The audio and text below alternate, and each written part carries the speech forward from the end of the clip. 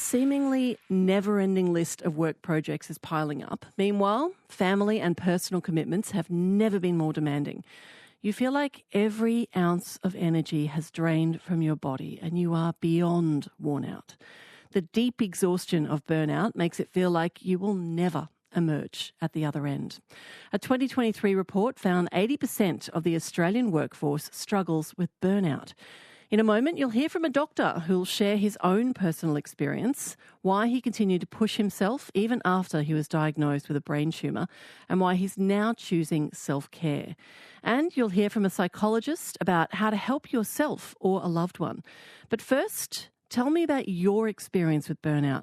What were the signs you were headed for that crash? How did you course correct? Please give me a call on 1300 225576. Dr and writer Roland Bull recently shared his personal burnout experience in an essay on the ABC website titled, "As a Doctor, I'm Choosing Self-Care Over Resilience." And Dr Rachel Hannam is Clinical Director at North Brisbane Psychologists. Welcome, both of you. Morning, Kat. Morning, Kat. Thanks so much for having us. You're very welcome. Roland, what's your reaction when I say the word burnout? Oh, it's something that I can feel as like an echo of previous experience. It's like your skin's burning and your cells are on fire, and there's this compulsion for some reason to keep going mentally, even though physically you know that, you're at the end of your tank.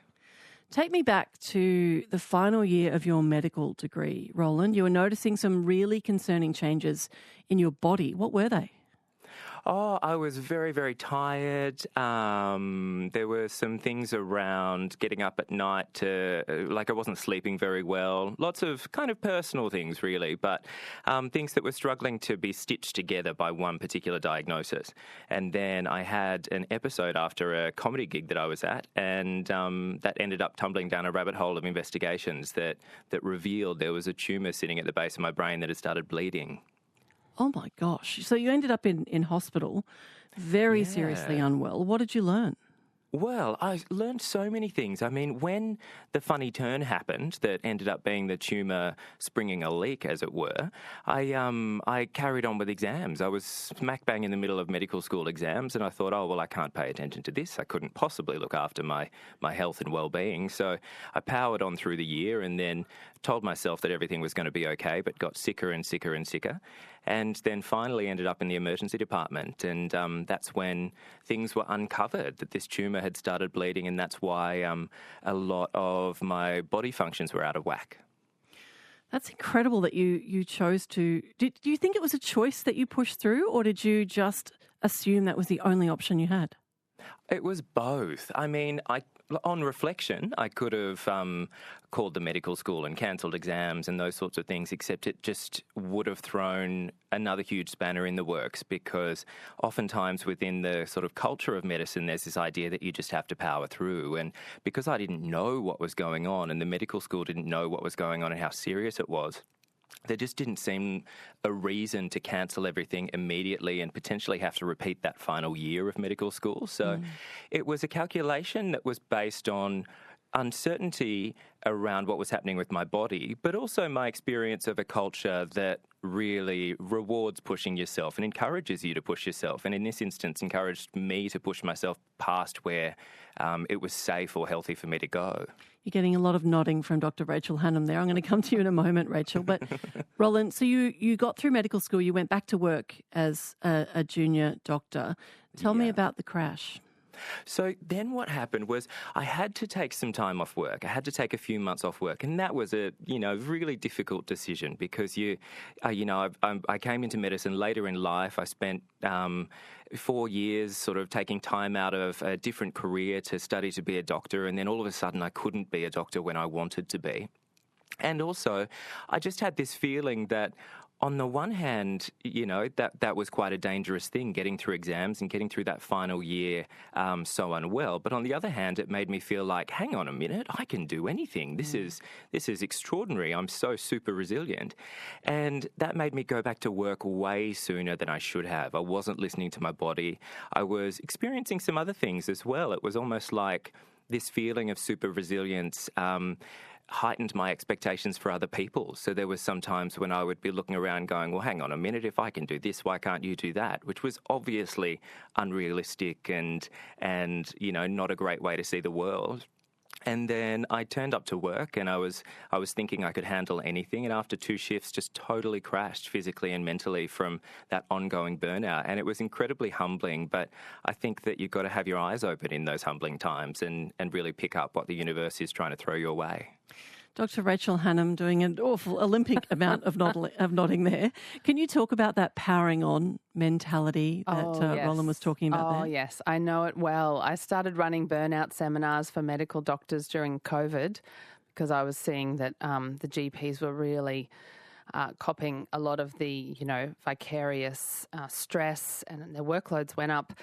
And now about more than 50% of my caseload is doctors. So I know exactly what Roland is talking about. And one of the therapies I draw from is schema therapy. And a schema is like an unconscious belief and system of perception, and one of them is unrelenting standards.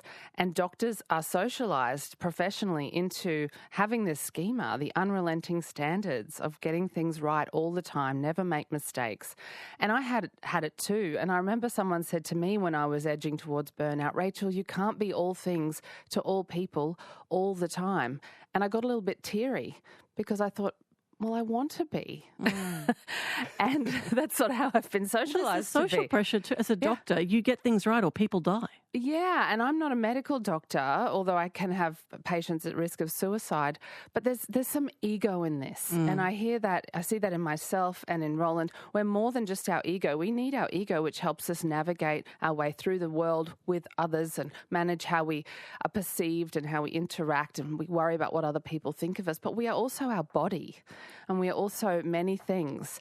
But the ego kind of comes in and says, but, I can do this, and if I can do it, why can't you? And we push ahead, and that intellectual thinking mind that we've honed so well over years of university training and professional training, it just overrides our bodies and our, listening to our bodies. And I've seen this so often with doctors, and it's almost like burnout is a gift because we hit the wall. Mm-hmm. Hopefully we don't, I haven't done too much damage by the time we hit a wall. And I've met many professionals who've had to hit that wall before they really wake up and listen and say, something's got to give. And that's what happened to Roland. And I've also experienced that. My name is Kat Davidson. This is Life Matters on Radio National. We're talking about burnout, and I want to hear your experiences. Give me a call on 1300 22 5576. You can also text on 0418 226576. So this is a special interest of yours, Dr. Rachel Hannam. You did your PhD on it. You said that a great deal of your caseload is on burnout. Why is it such a special interest, so personal to you? Well, before I did my PhD in psychology, I had taken a break from psych and I became a teacher. And so when I went to do my PhD, my supervisor specialised in stress and coping, and I had burnt out as a teacher. So it kind of all came together that I thought I'll study stress and burnout in teachers, which got me reading widely about how the burnout phenomena that affects all helping professionals because of the emotional regulation that we must do on ourselves and on our clientele, among other things. Also what Roland said, which is you feel like you can't stop. You have all these people who need to see you and depend upon you, and what do you do with all these people? And most helping professionals experience that. And so because I was a helping professional and my data from my PhD research revealed some interesting findings, it's just stayed with me, and I've always attracted clients many who were professionals who came to me because, so it sort of just happened. But I really enjoy working with these professionals. They're usually very driven, very intelligent, but that's their downfall sometimes as well. Mm. Yeah. Is burnout different from feeling stressed and exhausted? Yeah. So that's a great question because there's some obviously stress and exhaustion is part of burnout. And losing pleasure and losing the love and, getting a bit callous in your attitudes is part of burnout, but it's part of depression. But what's the difference between, say, burnout is stress poorly managed. So chronic stress poorly managed can turn into burnout. Burnout is not the same as depression, because in depression we've lost all sense of meaning and self-worth, and that's not necessarily part of the burnout syndrome, but burnout can turn into depression. So it is important that we distinguish between these terms. Yvette, you went through burnout 4 years ago. Tell me about that. Yeah, look, I liken it to that pile of grass clippings that looks fine from the outside, but what you don't realise is that inside it's getting hotter and hotter and hotter, and then one day it just bursts into flame.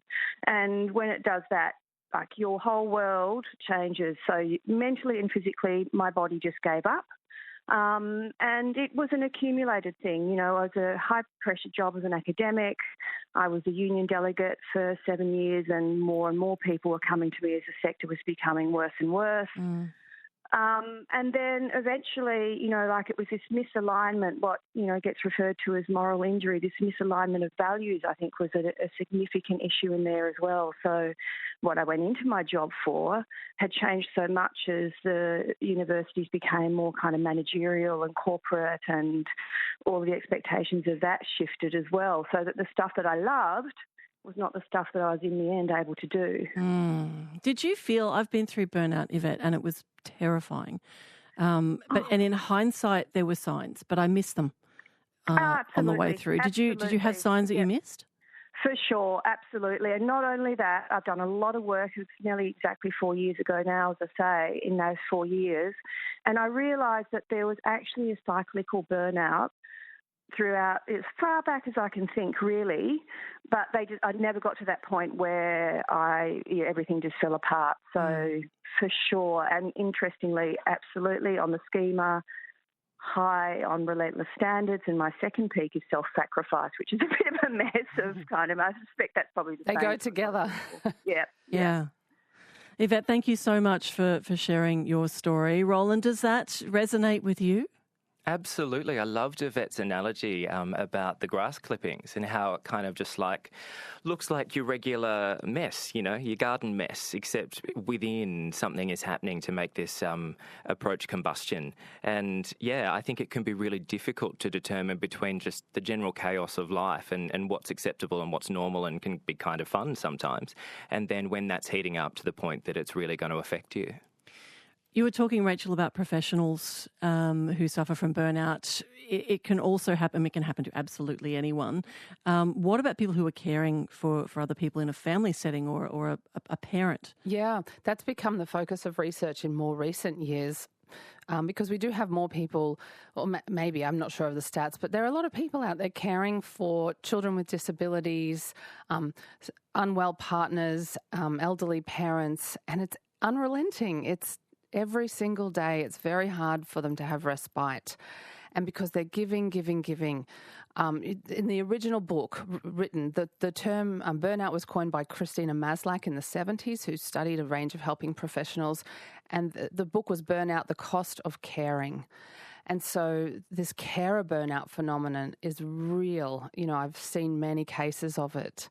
And it's very worrying because I know with my own stepmother, she cared for my dying father for a couple of years until he died. And by the time he passed away, she just collapsed, and it took 6 months to recover from that burnout. And so it's something I'm quite passionate about. How do we support these carers who, you know, out of sight are the invisible kind of heroes in our society, doing all this caring work? It's unrelenting. Roland, do you think that your friends and family saw any of the signs that led up to your burnout, or were you super good at hiding that? I think I was super good at hiding them. Probably my mum, because she's also a doctor, and so she's used to seeing people and really having a perceptive lens about what they're going through. But I think that, part of this phenomenon, I think particularly in medicine, is that you present as if you're just handling everything perfectly well. And you do that for a couple of reasons. One is because you want to fit into a paradigm where that's rewarded. And the other is that you don't want to make other people worry. I think when you're drawn to a carer role, you sort of shut down those aspects of yourself that would send out a signal that you need help. And so, I think I was pretty good at hiding it in that respect. Susan, you had to leave your job due to burnout. What happened? I was working extremely long hours, felt under a lot of pressure in my role. I think part of my issue is I'm probably a perfectionist. So I was working very long hours. I was also juggling, sort of assisting, I guess I'd say, not really caring necessarily, but assisting my ex-husband who's unable to do some things now, have an elderly mother. I have 3 children. So balancing all those family responsibilities with the pressure at work, I was working very long hours as well. I think just led to some physical issues, which just listening to this conversation today, I'm reflecting and thinking I actually suffered burnout. So you've not been formally diagnosed. This is a bit of an epiphany for you.